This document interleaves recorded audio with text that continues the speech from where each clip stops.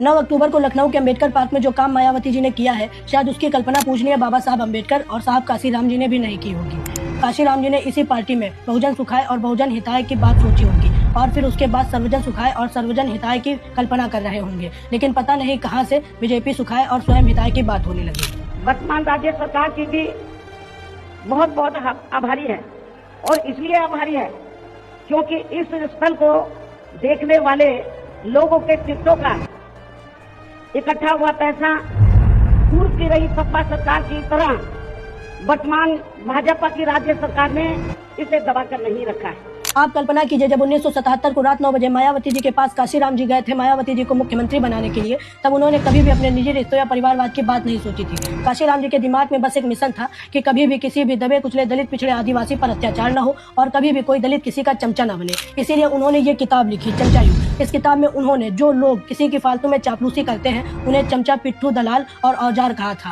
और अभी अपने धन संपत्ति बचाने के लिए और अपने भतीजे को पद दिलवाने के लिए मायावती जी अपने फलते फूलते समाज को छोड़कर चमचागिरी करने के लिए तैयार है। जब 14 अप्रैल 1984 को काशीराम जी ने Republican party of India RPI से अलग होकर बीएसपी मतलब कि बहुजन समाज पार्टी बनाई थी, तब उन्होंने किसी हकदार को गद्दी देने पर विचार किया था, न कि स्वयं या किसी अपने के लिए गद्दी सुनिश्चित की थी। तो फिर क्यों आज मायावती जी परिवारवाद पर उतर आई है? काशीराम जी का एक सपना था कि कोई भी कहीं से भी, भले ही वो झोपड़ी में रह रहा हो, लेकिन वो राजा बनने का सपना देख सकता है। ये बात काशीराम जी ने आपके लिए कही थी। आप ये जो मेरी वीडियो देख रहे हो, आपकी जगह पर कोई और पार्टी में बैठे हैं और दीमक की तरह खा रहे हैं।